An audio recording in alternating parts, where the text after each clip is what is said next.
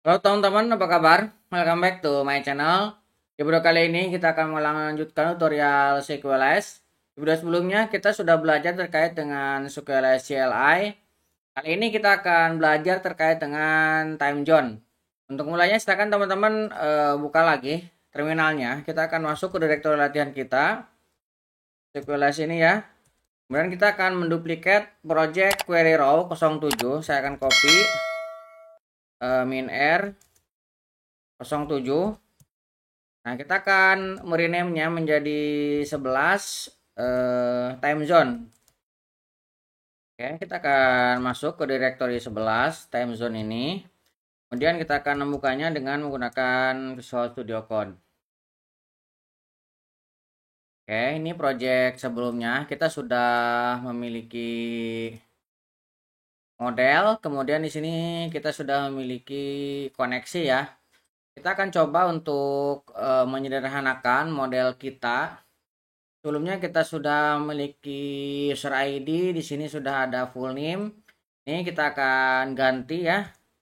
Ini saya akan ganti dengan name saja. Misalkan name ini kita akan kasih tipenya string SQLite. Kemudian ini saya akan ganti dengan DOB. Date of birthday ya.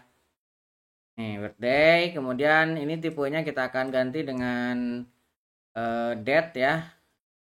Dan kita akan buat dia tidak boleh kosong. Passwordnya kita kosongkan.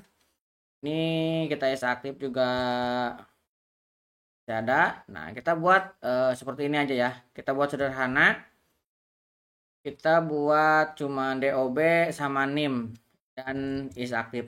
Supaya nanti kita lebih mudah untuk memberikan contoh untuk tanggalnya ya. Karena kita fokus ke time zone. Kita akan coba dulu sekarang dengan tanpa config ya, time zone defaultnya ya. Kita akan mengubah dulu yang ini. Sebelumnya kita melakukan pengambilan data. Nah, kita akan ubah ini. Sebelumnya SQLite query, kita akan hapus. Kemudian kita akan gunakan user ya. User kita akan find all. Kita gunakan seperti ini. Kemudian kita akan tampilkan datanya ya.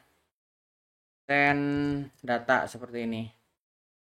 Ini kalau misalkan sudah ada datanya. Kalau misalkan belum ada, kita akan siapkan dulu untuk NIM dan DOB. NIM-nya kita akan coba ganti NIM dengan pojok kode. Kemudian kita tambahkan di sini date of birthday-nya. Kita ganti dengan waktu saat ini aja ya, supaya kita lebih mudah untuk mengevaluasinya. Kita akan simpan. Oke, sekarang kita akan coba jalankan kontrol backtick ya. Ini ada perintah start. Berarti kita tinggal jalankan npm start.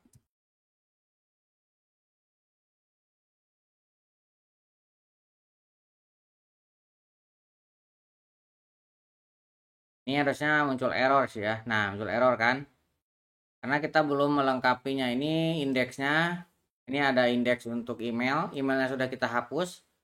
Kayak indeksnya juga harus kita hapus ya. Kalau tabelnya kita masih gunakan yang sama. Kita akan cancel. Kita clear screen. Kita start lagi. Oke, sekarang sudah jalan ya. Kita bisa lihat di database-nya. Saya memiliki database example, kemudian table. Di sini sudah ada user. Nah, ini yang tadi kita buat ya. Ada NIM, ada DOB, is aktif, dan yang lainnya. Masih kosong. Kita akan tekan kontrol dan klik. Nah, teman-teman bisa lihat di sini. Nah, dia masih kosong. Kemudian kita akan jalankan insertnya. Nah, di sini sudah tersimpan ya. Teman-teman bisa lihat ini. Nah, ini jam 13.40. Ini time zone-nya UTC ya. Nah, berarti kita harus merubahnya supaya ini ketika kita generate berubah dengan time zone yang kita inginkan. Misalkan saya akan mengubah menjadi Jakarta Indonesia. Nah, maka ini harus kita perbaiki. Caranya kita bisa hapus dulu datanya nanti ya. Atau kalau memang mau dibandingkan, ini kan 13 ya. Kita biarkan nanti kita isi lagi. Kita akan coba perbaiki untuk config-nya. Teman-teman buka lagi project-nya. Kita masuk ke util, kemudian masuk ke DB. Nah, di dalam DB kita bisa melakukan tambahan config. Di sini kan ada proses CNV untuk loggingnya ya. Nah, kemudian dialeknya kita 3000 true. Nah, kita akan ubah. Pertama, kita akan use UTC-nya false ya. UTC-nya kita akan false supaya nanti ketika kita menarik data itu kita mengambil apa adanya, bukan mengambil format UTC. Ini saya kasih note untuk membaca dari database ya. Database-nya kita tanpa time zone. Kemudian saya akan membuat that string-nya. Nah, saya buat that string-nya true supaya dia menjadi formatnya string. Kemudian kita akan convert tipe case. Tipe